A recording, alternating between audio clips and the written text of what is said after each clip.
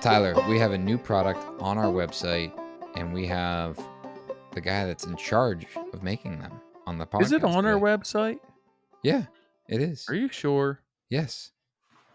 Tyler, don't ruin the fact that I'm saying this ahead of it being on our website. Oh, okay, that makes more sense. It is Because being... I've ruined it, but it's on our website now. Guys, 6 years of doing this, and he still doesn't realize that this isn't live. Because I was looking it up today, and I was like, "Damn, they're not on the website yet." I was talking about it during my other podcast, and I was like, "Nope, they're not up yet." Because I was excited to speak with Scott, and I was like, "We're recording a podcast later today with Scott from Musgrave Pencil Company," and I was like, "Yeah, I think we're gonna have them on our website soon." I pulled it up, and was like, "Damn, they're not up there yet," but they will be. They are now. They are now. So we brought Scott on, high quality American made pencil company in Tennessee. And we talked He got about right to the point. a lot of dad jokes in this one. But I think what is the most interesting and I think relatable part of this conversation is the balance between creating efficiency in production and celebrating the romanticism of handmade. And I think that's something that we all face as a challenge in a business, especially a small business that is service oriented. So I enjoyed the conversation. And if you guys want pencils, make sure you head over to the website because they are up there. And we have a limited amount and we will expect to sell them out. Yeah, we better sell them out and then we'll order more. Tyler, what? you got to create demand. You got to pretend that they're never going to be ordered again. They're never going to be ordered. Well, listen, we're going to make carpenter pencils next time. Well, now you got that was the punchline at the end of it, Tyler. Oh, sorry. I'm very I'm going to be completely honest with you right now. I'm extremely preoccupied. You'll hear about this all podcasts, but I'm still on their website and I'm looking at all these products. So you're speaking to me and I'm like, oh, I want that. I want that. That's pretty cool. I like that idea. We should do that. And so I kind of hear you, but I'm really more enamored by what I hear you, but I'm with not their listening brand. to you. I'm more enamored by what they've done with their brand. It's like when you're speaking to a pretty girl and you're like, you hear it, but you're just more enamored with the pretty girl. That's where I kind of am right now. But it's with pencils. Oh, not me. Yeah, it's with pencils. Got it. You're the background noise. Yeah, I'm the background noise. Got it. Oh, you heard it here first, guys. Let's get into the episode. This podcast is brought to you by Andersen. When making decisions on the product you spec, we're always thinking about what's right for the customer and what the specific project's needs are. We're also thinking about our reputation, and Andersen knows that the product they manufacture are part of the legacy that we're all trying to build.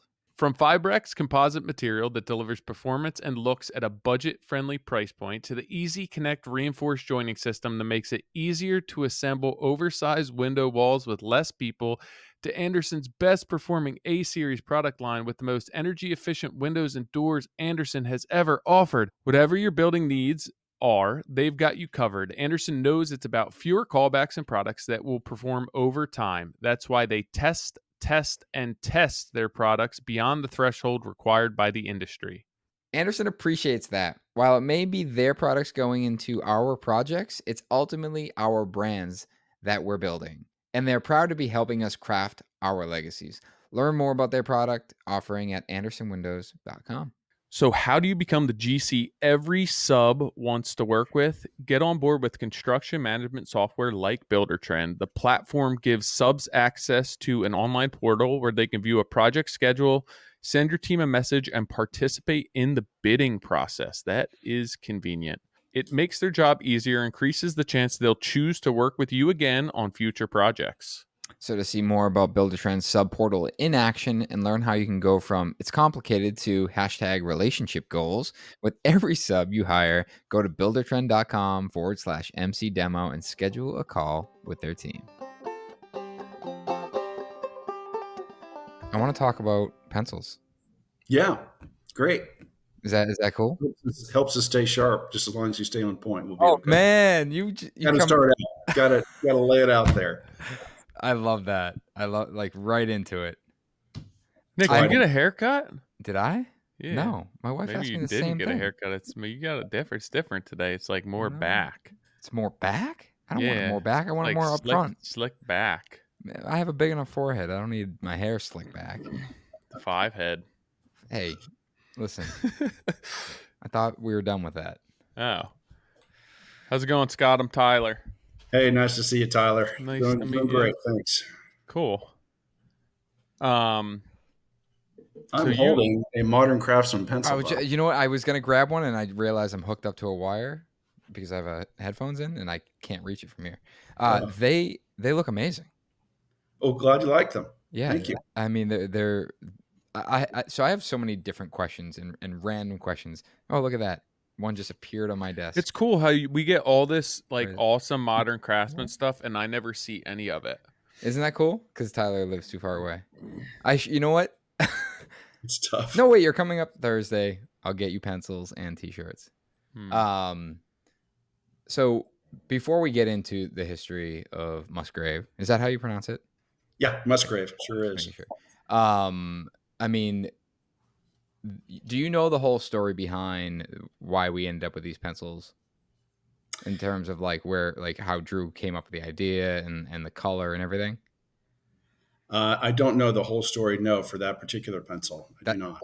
that's okay. So he was on the podcast a couple episodes ago, and probably over a year ago at this point, but we rebranded Modern Craftsman, and one of the studies he did was color, and we had went through all of these different colors, and he actually pitched Tyler and I on, I believe it was like an orange, which we both loved, but we didn't love it for Modern Craftsman, and he came back around with this like yellow.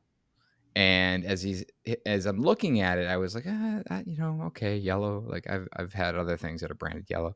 And he said, you know what made me bring yellow into it was the number 2 pencil. And it was like when he said that, it all made sense. And it was like we fell in love with it. And fast forward, he said, what if we had some custom pencils made? And we, gave him a thumbs up. And he went off, on his way for weeks and weeks and weeks trying to find the perfect manufacturer, which he came across you guys, and you guys are American made. And I dug into your Instagram, and you've been doing this for a long time. We have. Well, and appreciate the nod and coming to Musgrave for the product and for helping us highlight our company.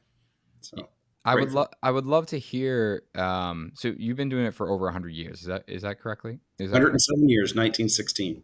So I mean that's crazy. So walk me through the history of Musgrave. Sure. So it's amazing, really, how businesses get started and the entrepreneurial spirit lives and breathes and has flowed through the country's history. But in 1916, Colonel James Rayford Musgrave decided to start trading new fencing for old cedar fence posts. So eastern red cedar is a predominant species here in the Southeast and particularly in Tennessee. And they make really good fence posts, especially the sapwood. The red sapwood doesn't rot as much. The white sapwood will rot and fade, if you will. But anyway, it was a good fence post. But he started trading new fencing for old cedar fence posts, and he started cutting them into the basic building block of the pencil, which is the slat. And so when we make pencils, I'm happy to get into as little or as much of this as you want to in this conversation. But he started trading these slats to German pencil manufacturers. And after World War I, he got the idea, hey, why not do this ourselves? And he traded a large batch of pencil slats for our first line of pencil making machinery. And he hired a German engineer, and the rest is history. And so that sort of begot the pencil manufacturing business from Musgrave in Shelbyville. Yeah, I was reading that it became like he did so much trading to get these fence posts that you guys had fencing crews to be able to go and like pitch them, hey, we'll replace your old fence with metal fencing, and then take, so like part of the business was owning fencing crews to be able to install the Replaced. fencing. Yeah. That's crazy. Yeah, yeah. And for a while, and I obviously wasn't here. I don't know all the detail, but I've heard that for a while, one of the byproducts of this was cedar oil. Hmm. And you imagine cedar oil is used in a lot of perfume and other products, for scent products and that sort of thing. So I Beard kind of, oil, I believe, is what it's used for. yeah, I wouldn't know. I feel like that's got to be a testament to the wit and resourcefulness of the owner of the company. And I think, like, I'd like to think that a lot of business owners and entrepreneurs are like that today, but I don't know if they are. Like, that's just boots No, to the ground, I think that's getting gritty. I mean, I was gonna summarize everyone, but I think that that's what's becoming. Um, how do I say this? There is more and more attention on people that have businesses, but I think that there's less and less of the people that are willing to just figure it out, like find an opportunity and just chase it to the end of the world, where it's like driving by anyone else driving by a wood stockade fence that's all made out of cedar is going to think nothing of it. And that guy's like, I got to figure out how to take that out of the ground and give him a metal fence and take that and then go sell it to Germany. I mean, I think he's probably saved money on having to have the material shipped to him. It was Mm. already dried, so he's not like having to then get it kiln fired and dried. And probably was saving money on it. Essentially, it's like a barter at that point. So like the financial investment is minimal. So, Scott, you probably don't know this, but my father owns a fence company. So Really?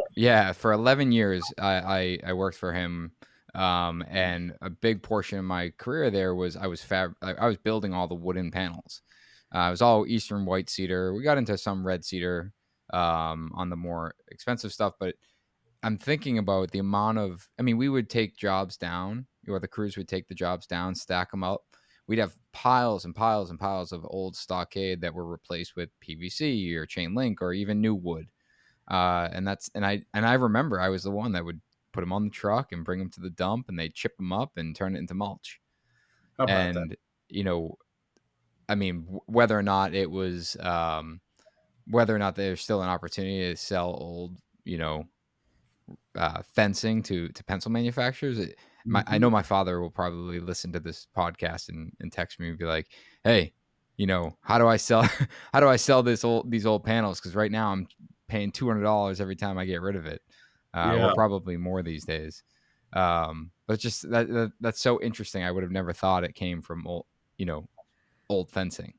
Right. Right. How about that? Some interesting common ground there. So I have like right off the bat, why are they this shape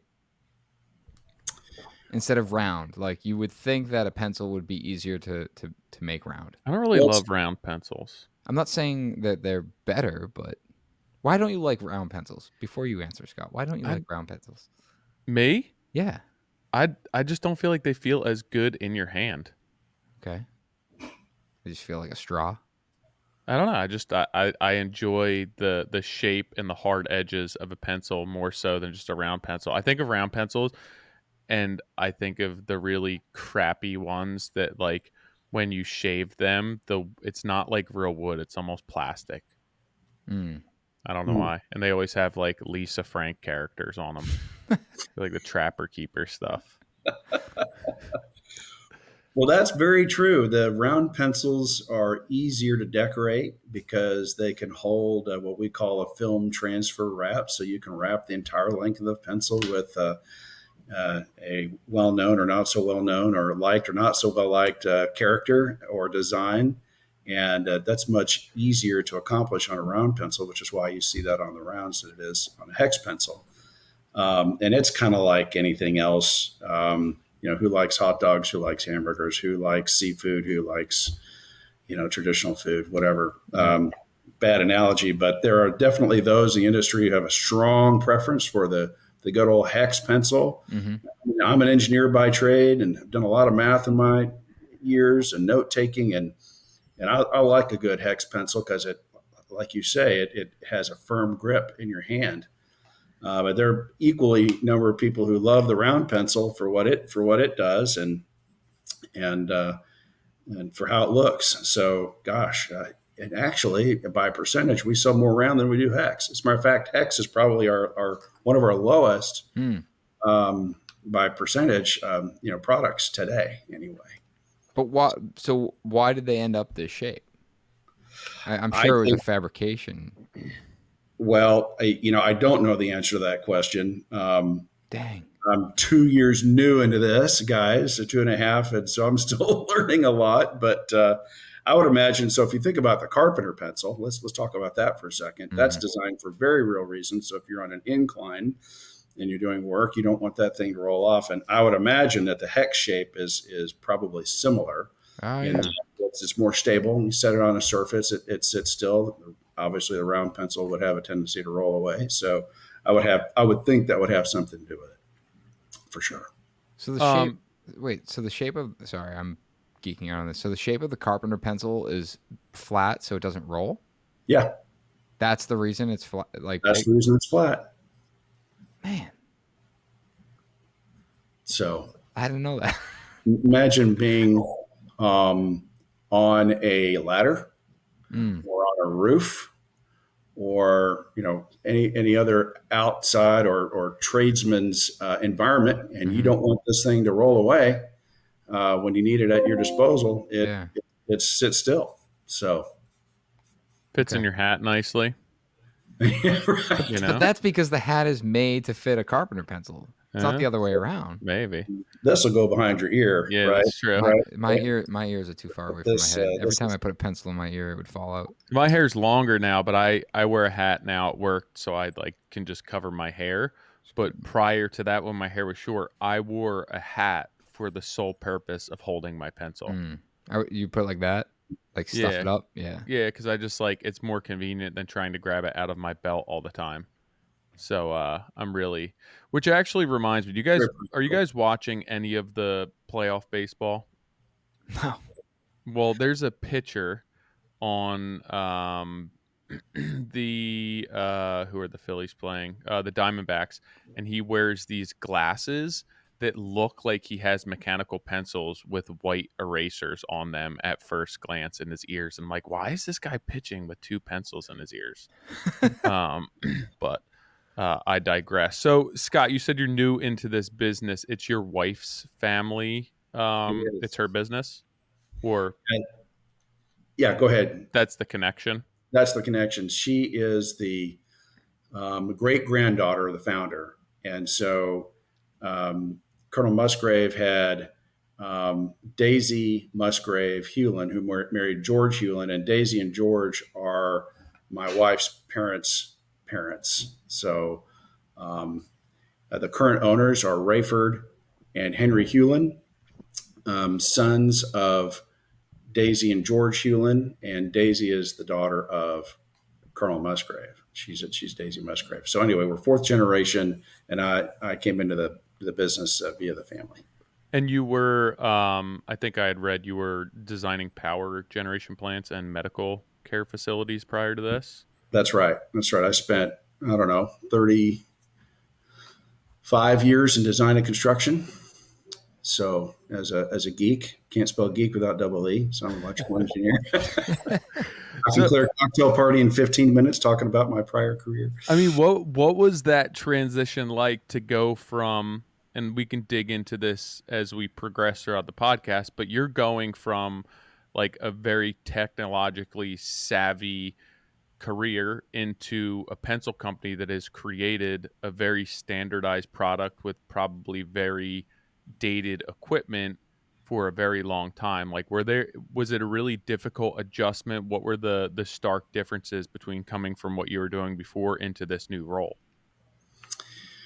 Wow. Well, so first of all, I was in the service industry. I was working for an engineering firm, and our work product was design and construction documents and consulting for clients in construction projects. And so I transitioned from service industry to the manufacturing industry.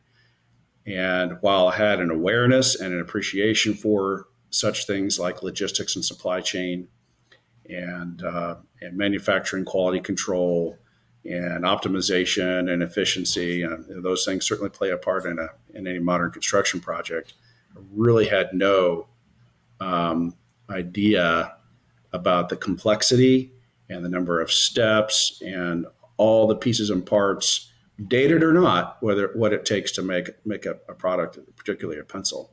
And how is that always changing, being that, I mean, I understand you guys are making different types of pencils and everything else, but like, how is that changing, that you guys have a standard for your pencil? It's probably a lot of the similar product going into them. So how is that always changing on your end with the actual production of the product? So we have material sources from a number of different places. And so certainly the supply chain is one aspect that has to be managed carefully and to make sure that we have adequate product in stock for our pencil making. We do product development. So one of the things that changes, you might say, well, gosh, once a carpenter pencil, always a carpenter pencil, or once a hex pencil, always a hex pencil. But we're also doing product development for new products, which has to challenge us in our standard processes and the things that we make. And so I can give you some examples when you're ready, but I'm ready. Okay. So you may have heard, I'm gonna do a shout out to my friends, John and Lorianne Danko at HandyScribe. Oh, so you guys are related. Well, so they applied for and received a patent for this design. You can see it's a cam-shaped pencil, and so I would think that this would appeal to the craftsman in your audience. Tyler, did you see this? Have you seen this? I don't know why this came up in either an email or a Google Doc or like a Slack chain or something. I just Drew told me about it, and I had him I was like, put that in the Slack for Tyler. So I didn't see it. I saw it come up on my phone, and I was like, Yeah. I feel like I've seen this before, but that would explain it. So sorry, Scott, we're cutting No, you off. you're fine. You're fine. So you can imagine, the basic building block of a pencil is the slat, and the slat is then milled through a molding machine to cut grooves to receive the lead with a layer of glue, and a mirror image slat is placed over the top of that, and then cured for 24 hours. And then we have the shape of the cutters and another molding machine that then shapes out, the particular shape pencil that we have, whether it be hex or round. Can I pause you for just 1 minute? Sure. Tyler, did you think that they drilled a hole through the pencil and put the lead in? I don't know if I ever thought about it. I did, and I was like, man, that's a really straight bit. and really long, I watched the Instagram video like a couple minutes ago of you of the pieces being glued together. I'm like, oh, I'm such an idiot. Like, of course it's glued together. It's way easier. Yeah, it surprises a lot of people. And so we had to, working with HandyScribe and with our tooling company, obviously come up with new tooling to shape out this particular cam-shaped pencil. And the idea behind it is that you can hold a dimension and line on a straight edge without using a compass or another tool. And the reason this came about, and John Danko with HandyScribe can describe this much better because he's the one who invented this on the fly, that he's a Finnish carpenter and he's doing elaborate molding and finish carpentry in higher end homes. And he's up on a ladder, however many feet up in the air, and he's trying to hold a straight line around a curvature. And he invented this in the process of trying to perfect, his craft. And so that was how HandyScribe was born. So they've licensed Musgrave to make this for them. And that's one example of, I guess, product development that we're going through beyond the normal pencil shape. I see what it is now. That is smart. It's like eccentrics. You can get different scribe distances from the wall. I don't Exactly. and what I love about it is that it's so simple. Where Yeah. it's like I think that, I watch my guys, I'm not in the field anymore, and I watch my guys use all these scribe tools, and some of them are just, you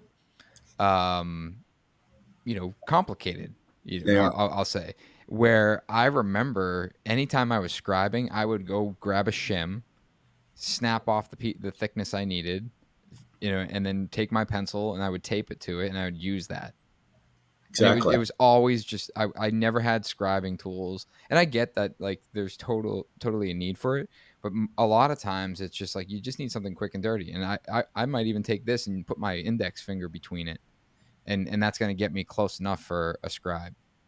Right. Um, and when I saw that, I'm like, dude, genius, super Yeah. simple, gets you probably 90% of the way there for scribes that you need to do. And that's cool that they licensed you guys to manufacture those. Correct. Correct. And they just landed on the market in August, and they're getting the word out. So Well, hopefully we can help get that word out. Are you doing a lot of custom pencils like that or product? from a shape standpoint, that's really the only one that's unique from a shape standpoint. And then I brought another product here to share that we're doing with the Melissa and Doug Toy Company. They created a product set called Lifelines, and it's scented products for stress relief. That it's just a wide number of products beyond pencils, pens, and scent stones, and that sort of thing. But they have asked us to create a line of scented pencils, which is now available in Target. It's going in Kohl's and the Barnes and Noble College Bookstore line. And we used a micro encapsulation process to apply a scent to the surface of this pencil. So this is your not so favorite round pencil, but it's got obviously a film transfer design. But what you can't see and experience here is the scent that is a rub and sniff technology that is quite an amazing experience. This is a lemon scent. So that their first issue here is 10 different scented pencils. So that's just another example of taking on a custom project and trying to adapt our product set to their needs. Is this really is the impetus for this innovation to be able to sustain what you guys are doing when essentially the rest of the pencil market's overseas and just creating production line pencils? That's right. And while we have the ability to create the commodity item, the yellow number two and that sort of thing, and we do create the commodity items, our size and our mindset allows us to work on special projects, come up with new and creative solutions for our clients. And I would say that's probably 70, that what I would call the custom pencil that's the lane we swim in, is probably about 70% of our business. And at what point did that shift take place? Like the 90s? When do you feel, I know that you weren't there, but when did the market within our country really start shifting where it's like, okay, we can't do what these other people are doing from a price point perspective, and we have to innovate as far as what our offerings are? Yeah, my understanding is that really in the mid to late 80s, China decided to get in the game. And they obviously are subsidized by their government and are able to create a price point that's really difficult to compete with. And so at least all the commodity line items began to come from China. And today, you've probably seen some of the statistics we quote, but the U.S. pencil market is on the order of 3 billion plus pencils. And, Musgrave is a 72 to 75 million pencil a year company. So you can imagine that kind of defines the lane we swim in. And that is, for the custom pencil. I mean, there's got to be a quality difference, right? I would think so. I mean, everything I've ever tested, we pay, nobody's perfect, but we pay very close attention to our quality control and the materials that we use. And, I think we get a better product as a result. What are you paying attention to? Like in terms, like when you pick up a pencil, like what are the things that you're looking at to know that, hey, this passes our quality test? Well, it's a number of things. It starts in the wood department. So I'm holding here what we call a raw pencil, which means it's unpainted. Mm-hmm. When it goes through the shaping process, we are making sure that first of all, our grooving process, and then our shaping process, make sure that lead is in the center of the pencil. So not a handy scribe. Not a handy scribe, right? Not off center, right? And then the finish of the outside of the wood of that pencil. I mean, the tolerances on this. This is a 294, a dot 294 diameter pencil, which then has to match to the paint process, the diameter of the hole that we push this through in our paint line, to the diameter of the wrap or whatever we use to decorate or imprint the pencil. So that tolerance is held, so you can imagine, all the way through that production process.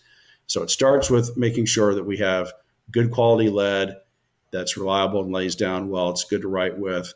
We have pencil wood that is easy to sharpen and easy to use, and then it's machined to those fine tolerances and then decorated to those tolerances. And then those are graded out at every step of the process. If it doesn't pass muster at each stage, then we toss it aside. I'm sure, Nick, there's nothing worse in life than a terrible eraser, or when like the ferrule comes loose on an eraser too. Or when you go to sharpen a pencil and the lead just keeps breaking inside of it, and you just keep sharpening it and keep sharpening it. And it's like, or even, I feel like the less expensive, they're almost waxy. Like the wood is almost waxy. It feels fake. It's like plasticky. I always had like legit number 2 pencils in my truck. I still do. And even on the back of my truck, I have one of those old like crank style sharpeners that has the disc that can spin and do all the different sizes. I still have it on the back of my truck because when I first started in business, I still keep them inside, and I keep a sharpener in my tool belt, but that's all that I used. I've since switched to other things for accuracy's sake, with a smaller pencil lead with finished carpentry, but I still love like the tactile feel of an actual pencil, like a quality pencil. It's hard. Yeah, it's hard to beat. The industry at one time had co-extruded plastic pencils that basically were extruded in one continuous process and then cut to length as it came out of the extruder. And you talk about waxy and kind of, they would actually bend. You could actually, if I try to bend this pencil, it'll break, right? But those co-extruded pencils would actually bend and wouldn't have nearly the same writing quality that we have. I feel like I can picture this kid in my elementary school at the sharpener sharpening his pencil and getting mad because every time he pulls it out, like the lead breaks again, and he's like, and then it's like this long. He's like, whatever. But yeah, it's I feel like it's definitely the worst. Do you kind of back to that like juxtaposition between industries? What for you were like the biggest differences in switching careers and coming over to this business? Like what stood out to you as far as what you guys were doing? Because I feel like coming from a service industry and then working in the construction field and working with what you were, like the tolerances and the systems and the technology that's going into it is so different than what you're getting into today. And you're stepping into this 100-year-old company that like is still creating products probably very similar in ways that they always have. What stood out to you with the business and like how they do things that's so much different than what you were doing before? Well, I'm going to answer that question with actually what stood out to me as what's common. And what's common is you want to treat a customer, no matter what industry it is, with all of the respect and listening to their needs and understanding what their goals are. Because if we don't do that, then we can't be a custom pencil manufacturer. And if we don't treat our folks well and equip them to be successful, I think that's true of any industry and any business where you have a product or service that you're trying to sell. And so one thing that struck me was that commitment to that culture and that mindset at Musgrave, where no customer experience is unimportant. And so it doesn't matter if you're ordering a 5 gross set or a 50,000 or a 5,000 gross set of pencils. Um, we want that customer experience to feel genuine and feel cared for, and that we cared about the product quality and that sort of thing. So that's kind of on the touchy feely side. And that's very central to who I try to be, and what I bring from my previous experience. On the technical side, um, you know, in the construction industry, safety, precision, and quality are huge elements, and you don't have a safe outcome or quality outcome for a client, in the construction industry, unless you pay attention to those things, and also budget and schedule and so forth. And so that translates into manufacturing very real, because we very easily, because we have to have quality, we have to have safety, we have to have pay attention to all the detail. The details are different, right? The details are what keeps this machine running, what kind of preventive maintenance or program maintenance do we need to pull on each process and each machine, what kind of training do we need to do for our employees to keep a safe environment, a productive environment, what do we need to measure to make sure the outcomes and our goals that we have are achieved. And those basic tenets translate very easily. Then there's the mechanics of, gosh, I've got when we endured during the early post pandemic, we had that supply chain backup, as many people did, with boats coming over from overseas, or had some of our raw materials were sitting off the coast of LA and Long Beach, and in a 40 ship queue, waiting for stuff to come in. So we had to be really smart about buying the raw materials and having a safety stock, and making sure we didn't run out, and keep our customers equipped and satisfied. So, and then just go ahead. I was reading that your raw materials that you're getting in, if they're from overseas, more than likely a lot of that stuff came from the US in the first place, like lumber and stuff like that. A smaller percentage. So of the species that we use in our pencils include poplar, basswood, incense cedar, and then the eastern red cedar. We still have products, as you might know. The incense cedar is certainly harvested in the Sierra Pacific, and that does get sent overseas to be cut, treated, and sent back for use. There's still a good bit of raw material, basswood and poplar, that is harvested overseas before it's treated and then sent over here for us to use as our raw material. Same for graphite. The business that you guys were in initially was the production and manufacturing of the, what are they called? Slats? The slats. The Correct. slats, right? And then at some point it was no longer lucrative to be doing that, or you didn't have access to that material. So that's the first thing that the business did away with. Basically other people were taking that care of that aspect of the project, and you guys were just in fabricating the pencils at that point. That's correct. That started, I think, in the late 50s, early 60s, where we started to outsource to a U.S. company called California Cedar Products, that made pencil slats for a lot of the pencil manufacturers worldwide at that time.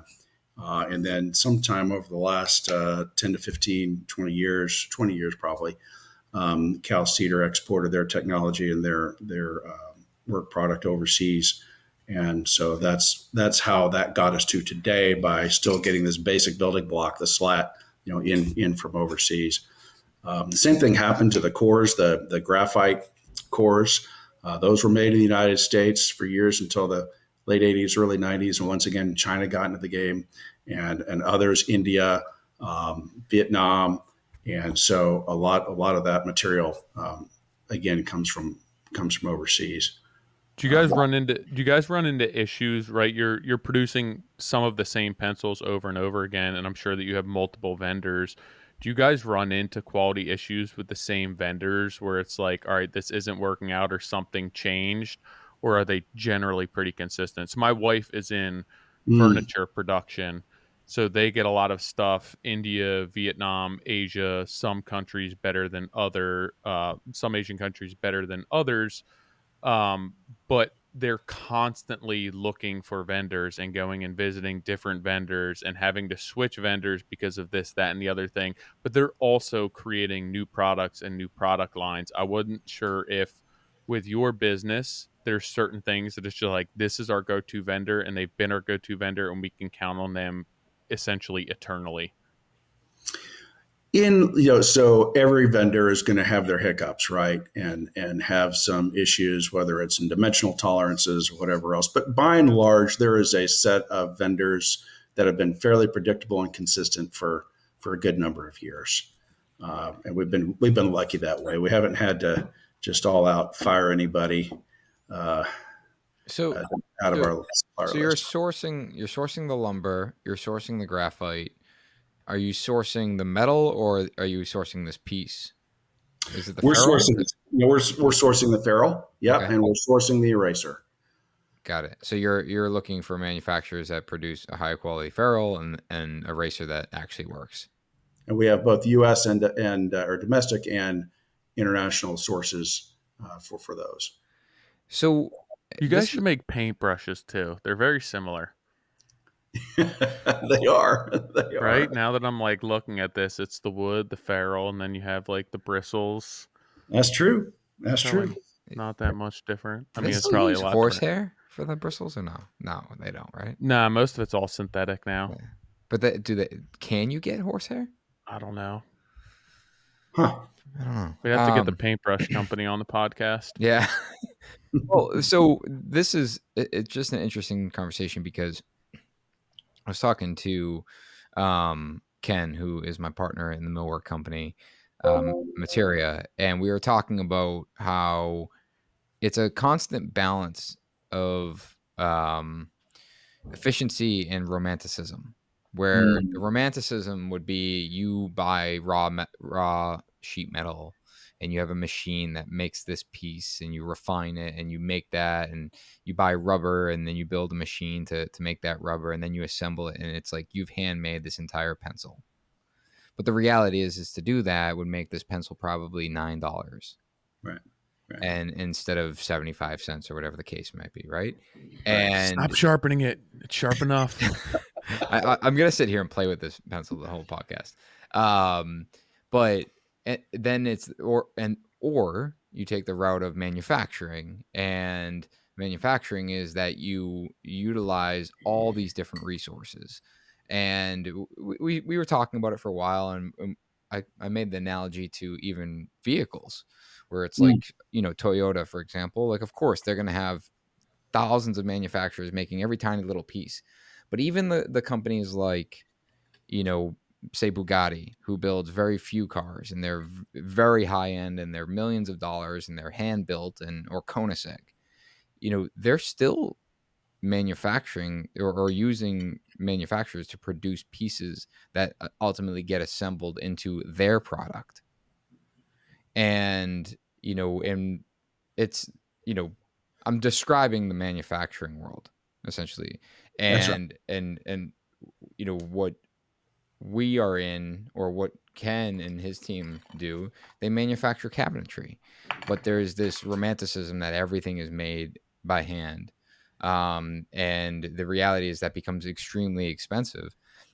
And there is, regardless of what brand or sales quote unquote tactic you might have, the reality is there is a cap to it. And no client is going to value everything being like an entire pencil being hand built in Tennessee. Like, that's not what they're valuing. They're valuing Musgrave as a company, as a brand that produces a pencil that it's American made. That's something that people want, right? Like, they'll pay a premium for that.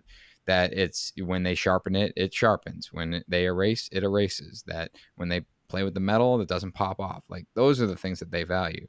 Whether or not you made that metal by hand is completely would be only for your your interest, not the client's. Unless of course you can't get that piece at the quality that you need.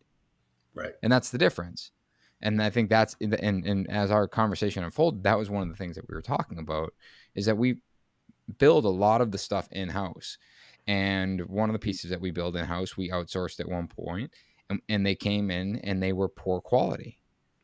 And they, ultimately we wrote off in that moment. We'll make these in house. One example. It was one time we tried it and it failed, and we never looked back. And in the conversation we had was, well, we just didn't have the right partner. You probably went through a manufacturer that made these that popped off all the time or split down the side. And it's like, that didn't mean, okay, I have to bring this in house and do it myself. And the point, the reason I'm saying this out loud is I think that a lot of people listen to this podcast that are in the maker space or builders or craftspeople that do get this, take the romanticism approach where it's like they have to manufacture everything. And a great example to relate it to homes is framing. Listen, I'm the framers that listen to this podcast. I'm not ragging on you guys, but the reality is that you're getting raw material dropped to a job site, and then you're fabricating a home out of raw material on a job site when you could be manufacturing that home in a warehouse, in a safer environment, in a more accurate environment, in a more climate controlled environment, netting a better product. Or let's for the sake of the conversation, it's an equal product. At the bare minimum, it's an equal product, but you're doing it in a more efficient way because you're not bringing raw material to a job site that's not set up to manufacture. But we have this, love of doing it by hand and building it by hand. And we frame this house stick by stick. And it's like, sure, in the 50s, when you bought a 24 by 32, Cape house, Right. the cabinetry was plywood and yellow pine face frames and doors that were manufactured on the job site. As they were building the house, they were building the cabinets in place. Yeah. You don't do that anymore. Every cabinet that goes in a house, for the most part, even in the very extremely high-end projects, those cabinets are being manufactured in a plant or at the very least a small wood shop because it's more efficient and they're getting a better product. I still feel like with a brand like Musgrave that you have to hold on to that ideology, right? Where it's like handmade and there's the craft there, because when you look at the market share of pencils that you guys hold, what is it, like 2% or something like that, right? So if you're not holding on to that and you're not marketing and really playing that card, who's going to buy pencils from you? Like, sure, there's some, you want custom pencils and everything else, but like, you're not marketing to production. You're not marketing to all the efficiencies that may come with shipping stuff overseas. You're marketing to a brand and to that like boutique handmade effort. And I think that that's what speaks to a lot of your customers. Like Nick, we could have got pencils made anywhere, Right. but when we're looking to have a brand that aligns with what we're doing, this is a fit, and this is why we wouldn't go elsewhere. And I think that that probably helps Musgrave with the market you guys are in. Yeah, I would agree. We hear that sentiment a lot, and there are some things I can't completely divulge on the podcast, but we are very intent on reclaiming some of the vertical integration to bring some of our outsourced components back in house.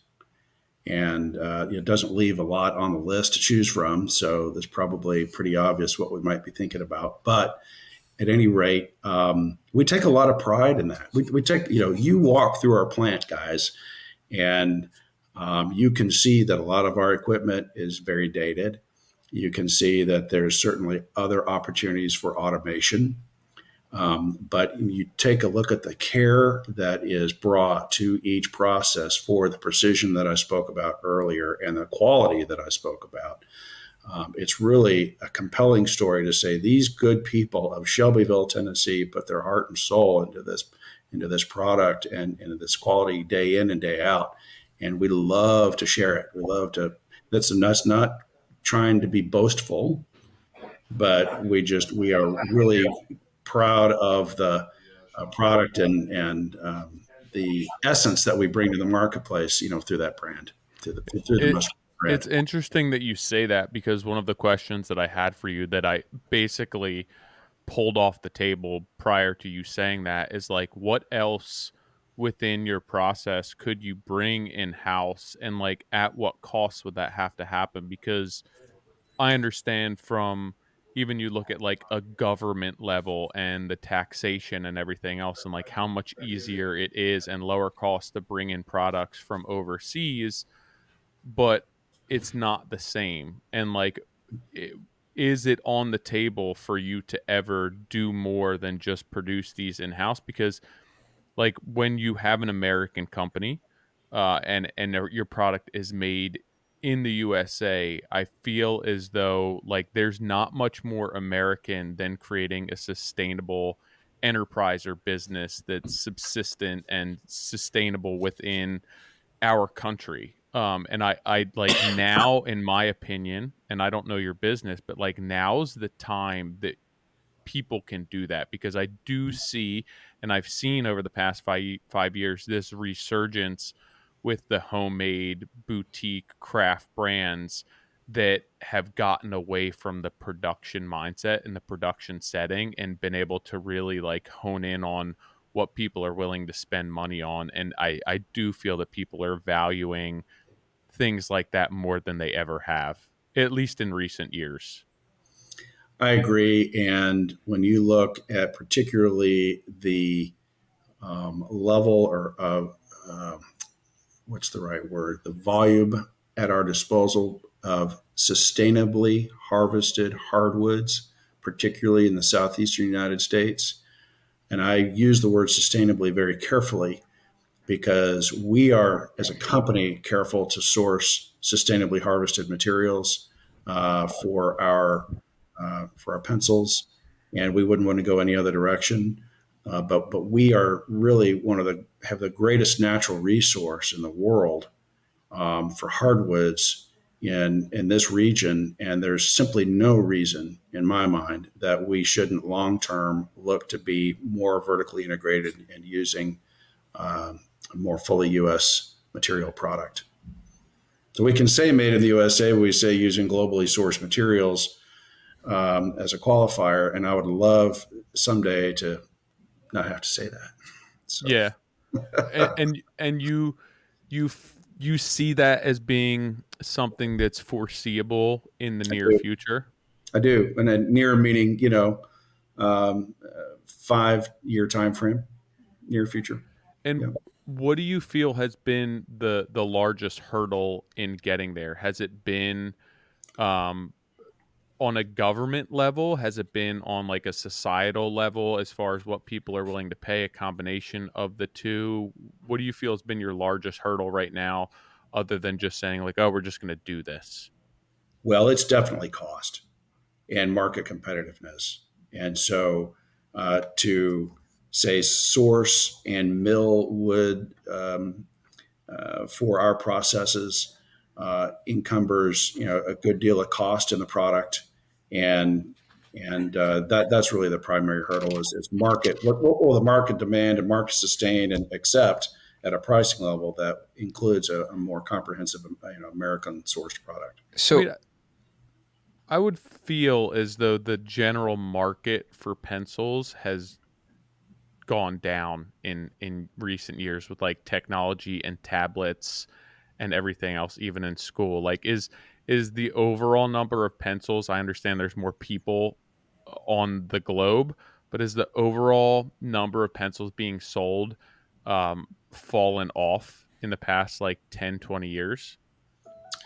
So I have not looked at the data much behind my recent experience in terms of market demand, but realize that the U.S. pencil market is still 3+ billion units, and it's remained flat certainly over the hmm. last couple of years, and that certainly has the pandemic has played a part with people staying home and schools being out of session, kids staying home. But we're seeing a growth this year in demand and growth in sales. And And so it defies what you just said. I mean, I came to Musgrave with an iPad and an Apple Pencil, right? Yeah. That's what I mean. Like, you think about it, and it's like, who's really using pencils? It's almost as if, even for us, Nick, like, to me, the pencil is more of an icon than like an instrument or a tool these days. And it's Yeah, like, like you're basically getting it to advertise. yeah, or just like it, like, I don't, or even take it outside of our industry, like tattooers. Everyone would draw on paper. They would draw with pencils or they would paint. And then people got iPads, and all the old school people were like, "Oh, that's cheating. That's not how you do it. Like, you have to draw on paper. That you're taking the craft out of it." And there's like, every new tattooer is learning to draw on an iPad, and all of the old people were pen and paper or pencil and paper. And I'm like, my kids don't have pencils.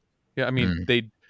they have more pencils than they're ever, but my kids are never like, "Oh, we need like a pencil." But there's never a short.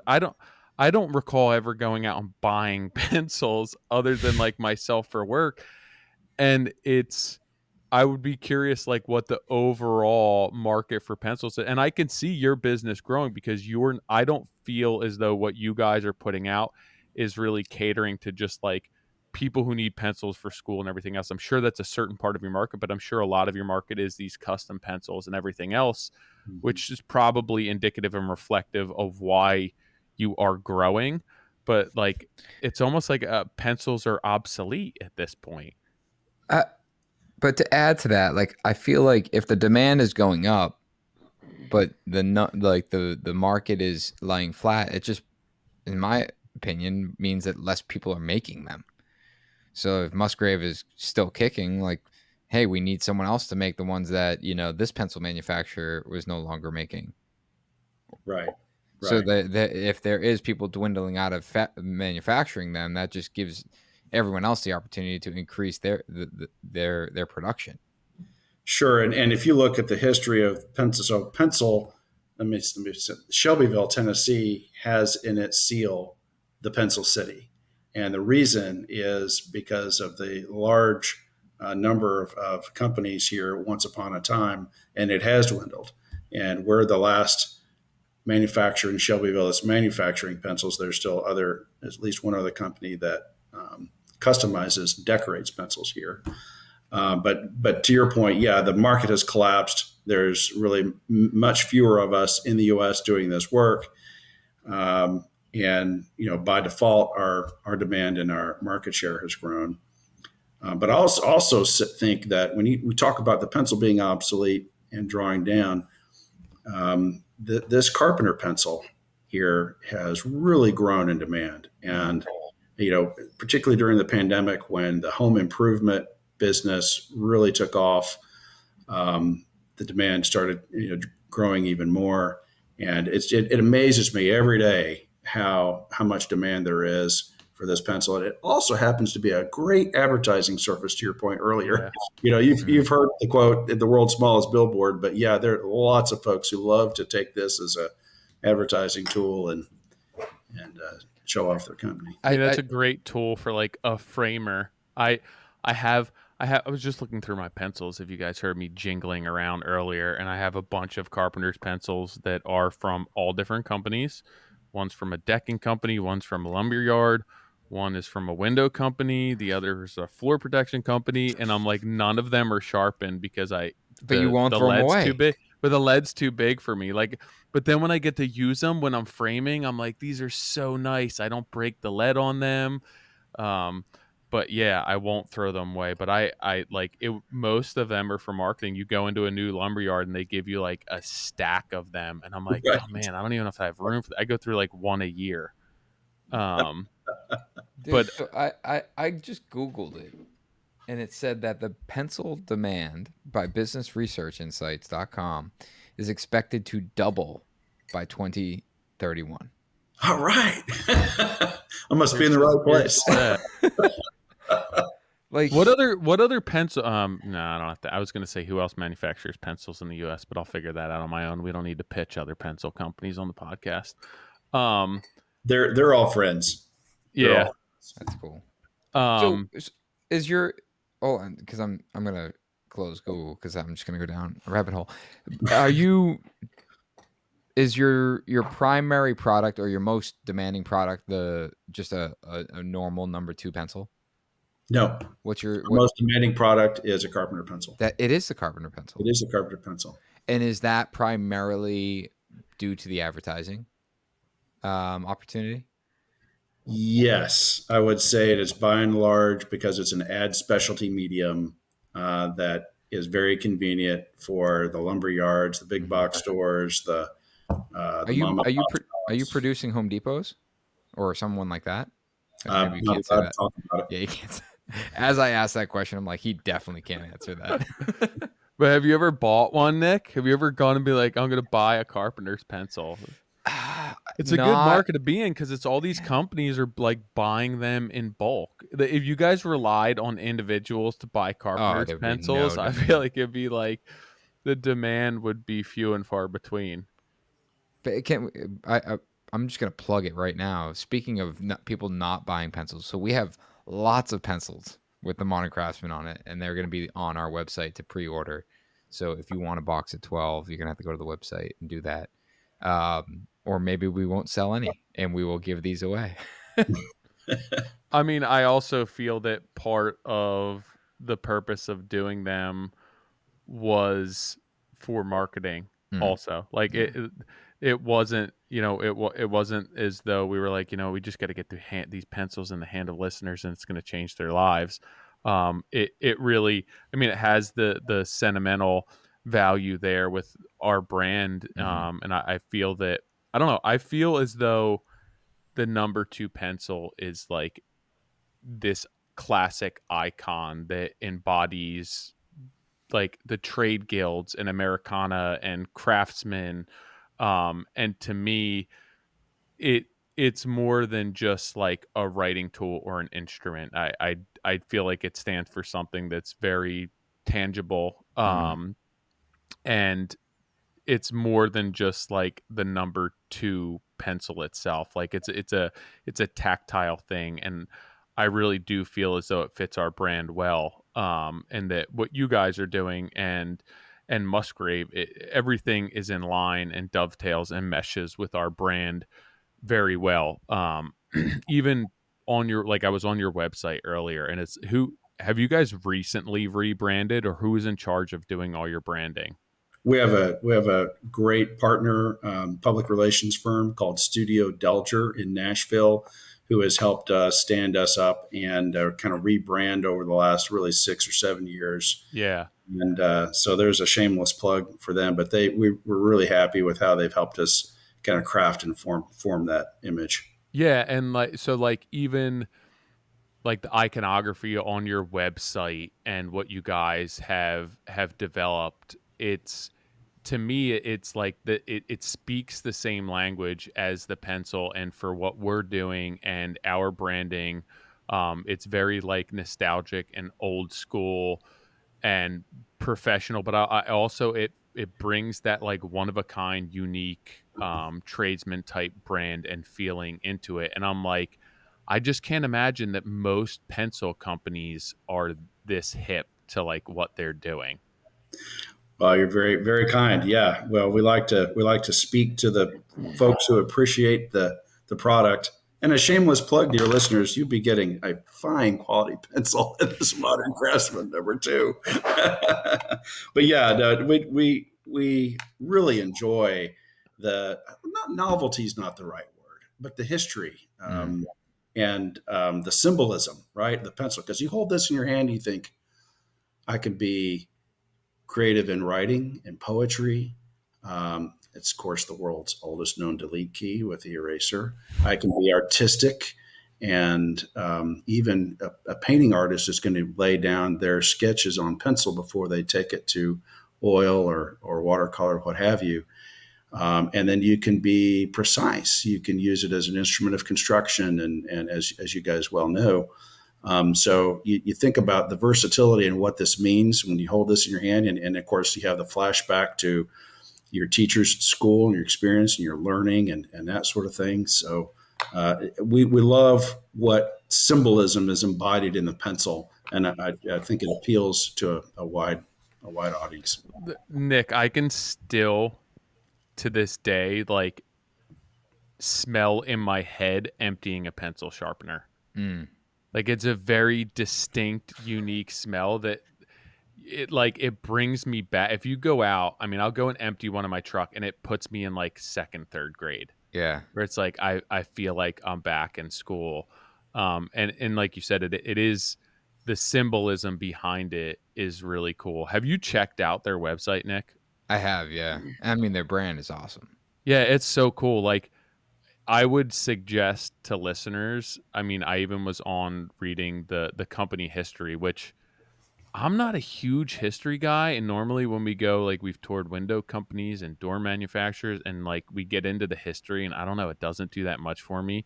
But then reading and digging through your history page and the way that it was put together, I was very fascinated with it. And then even the how a pencil's made, where you have like all the illustrations drawn up to fit on the website and then the videos to go along with them. I was like, this is from like a pencil company perspective. I did not expect this. I feel like you'd go on and it would just be like nothing cool. I would never spend time on somebody's pencil website. And I go on your website and I'm like, I feel like I could spend a lot of time on this. Yeah, that's half the fun, or maybe more than half the fun is all that detail and history behind it. So thanks for the kind words. Yeah, it's really cool. And I appreciate what you did for us and working with us, producing these pencils. I know I didn't have a huge hand in that, but Drew and everyone else had nothing but good things to say about that experience. Great. Well, thank you very much. We enjoyed doing it with you. Have you? I would assume that you know the joke about the broken pencil, right? Please share. Never mind, it's pointless. Oh, but well, we stand up in I can't believe you waited the an entire hour to bring that up. Well, you started with them. That's like one that of is my true. favorite jokes of all time. And I just told it to the guy Justin who works with me last week, and then I was like, "Yes, we're having Scott from Musgrave Pencil on the podcast," and I was so excited all day to be like, "I'm gonna tell him my broken pencil joke." Reminds me of the pencil we made, had an eraser on both ends, and in the middle it says, "There's no point to doing drugs." So. Oh, amazing. Or we'll stand in our shipping department and stand up and yell, "We're number 2." Scott, I did have another question. Yeah. You did you guys produce the packaging as well for our pencils? We did. So, Okay. well, let's see. Hang on. For your pencils, I think it was a folded carton box. Yeah. Okay, so that was outsourced. Okay. We do have a packaging company called Harvest Packaging. We make hard carton chipboard boxes, like the one you might see for a 72 count Carpenter box. Got it. Yeah. So anyway, yep. So And we have a packaging business as well.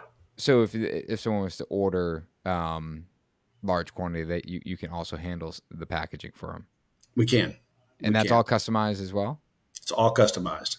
Yep. That's really cool. Do you know what I need? I'm on your website. I honestly, you guys, whoever's doing your branding and whoever did your website is doing a really good job. I don't want to take like credit away from you on this podcast, but I honestly, I'm gonna like send your website to people. But this Musgrave pencil holder hat is so sick. Do you see that, Nick? The green one? No, it's blue.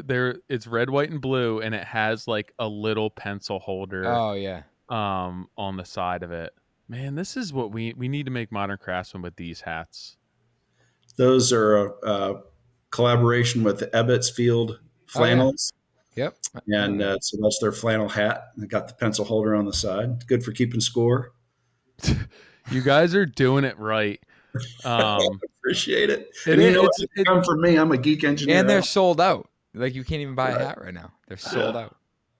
It's so cool though. Like it's just proof and like a testament to how you can do this in business and how like so many people are looking to go production and so many people are looking to outsource as much as possible. And to be able to take something as simple as a pencil, um, and really create this brand around it, and to create that symbol of the pencil and everything that it stands for, you guys were able to do and really knock it out of the park. And like everything I see on your website is so cool. Well, thank you. I think that, and uh, Tyler, I think that's like the underlying thing here is that going back to what I said earlier, the balance between, romanticism and production. And, in anything that is hand built, which is a lot of our audience, right? Where I think that there's a lot to be taken from here. And the fact that in 5 years you're looking to bring more in house, to me that says you're trying to figure out the production side of it to make sure that the numbers still work. Exactly. And it's more about, being able to not upsell, not I'm making assumptions here, but it's not like you're trying to make a more expensive pencil. You're looking to control more of it so you can offer a better product within the same price. Exactly right. That's exactly right. And honor the sweat and sweat equity of the American community and our economy here. Is Yeah, and in the whole made in USA thing, like you said. Exactly. Yeah. so I understand you said that your wife is part of the family, but as far as like the company and being family owned, that's all remained relatively intact as far as a family owned company throughout the years. It has. It That's has. cool. Yeah. Yeah. It breaks all the statistics, right? Because so many companies struggle to transition from one generation to another, let alone four. Um, and ownership transition, as I understand, it's one of the toughest things for any business to go through. So we've Yeah. been very blessed and very fortunate that way. So if you had to choose, you're doing it all over again, and it's like, all right, you can pick two career paths. You're going to go into the construction and service industry or manufacturing. Which one are you doing? Wow, that's a tough question because I feel like I landed here at just the right. Your wife's not going to listen to this podcast. Right, no, no, no. I landed here at the right moment in time where I had the right experiences and the right tenure to be able to tackle and take on the manufacturing business. If I had to start over again, knowing nothing of what I know today, I would probably start back out in construction because there are a lot of basic building blocks about project management and process and communication skills and relationships, everything that, and including the technical detail that is taught in that environment that has been extremely valuable and translational. On that same thought, knowing what you know now about the manufacturing world, if you were to go back into construction, would you approach it differently? Uh, I might tweak some things, but I don't know that I would approach it any differently Mm. because I think the basic building blocks, sorry, no pun intended, being, sorry, of being successful still hold true. Mm. So, yeah. It's interesting. So I work from home 1 day a week doing podcast related things. So I get to experience, my wife works from home every day, but I get to experience her conversations with vendors being on the manufacturing end of things. And a lot of times I'm like, it makes what we do look simple and uncomplicated with the headaches and struggles that she deals with. And it's just like a lot of trying to stay ahead of and put out fires all the time, especially when you're dealing with vendors overseas. It is, I see the stuff that she struggles with, and sometimes having to actually go overseas to address the issues. And I'm like, man, I thought construction was bad, but you guys might have it worse in manufacturing.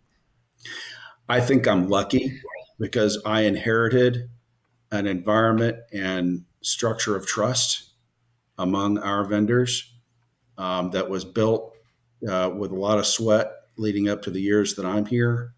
And that's, again, doesn't say we won't have our issues and have had some issues, but I don't have to endure the um, trial and error, if you will, of those vendor relationships to make Musgrave successful. Yeah, and it's not as though you got, I mean, you are sometimes, but it's not as though every product that you're putting out is completely reinventing the wheel. Like my wife works for a furniture company, so every single time they're creating a new piece of furniture, it's ground one from vendors and Mm-hmm. every sourcing every single thing that they need, and they've never made it before, and samples and how it's going to go together and be packaged. So it takes a lot of coordination, and I'm sure that it's a little simpler being that you have these established relationships and that you are not complete, you're not building a 12-sided pencil with 6 erasers and having to completely redo the design every single time. So it probably makes it a little bit easier for you.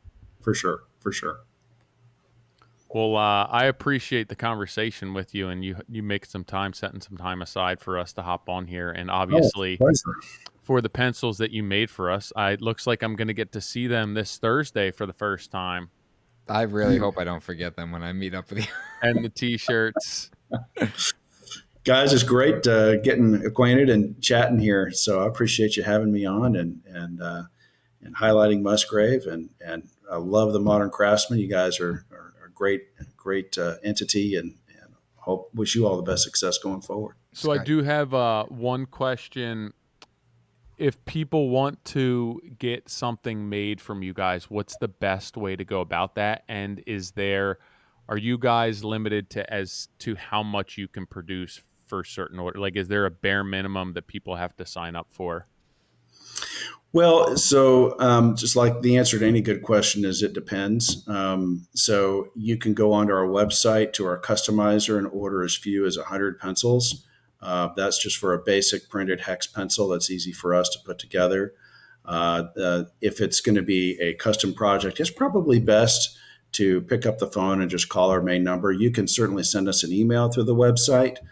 But if you don't otherwise know much about what the options are and what it would take to build a custom pencil, probably best just to call and have a conversation. We'll walk you through the options. Cool. And if you don't want to order your own custom pencil, you can order one of ours. That's right. And a good one at that. And a good one at that. And we're going to have to get some carpenter pencils. All right. So, yeah, we'll get these things sold. That will be up on the website if you guys are interested. And when these are sold out, maybe we'll switch to carpenter pencils. You know what? Now I say that, people are going to be like, I'm just going to wait for the carpenter pencils. Get both. Listen, you need good both. news also. Oh. The hat on the website is only sold out in a right-hand pencil holder. Left hand, there's still stock. Yeah, but there's not a lot of lefties. People. I know. Listen, I'm probably not buying that hat to use the actual pencil holder all the time. So You're I'd just be gonna have perfectly fine with throwing a pencil in there. And you're going to have another pencil to use. Just leaving it. It's for the look. So I'm a right-handed guy, and I own a left-handed pencil hat because I like to reach across and get it with my right hand on the other side. So maybe I'm weird, but that's how I like to do it. All right. Oh, you know what? If you turn it backwards, you got a right-handed pencil hat. So if you're a backwards hat wearer, you want to order a left. So there you go. You're set.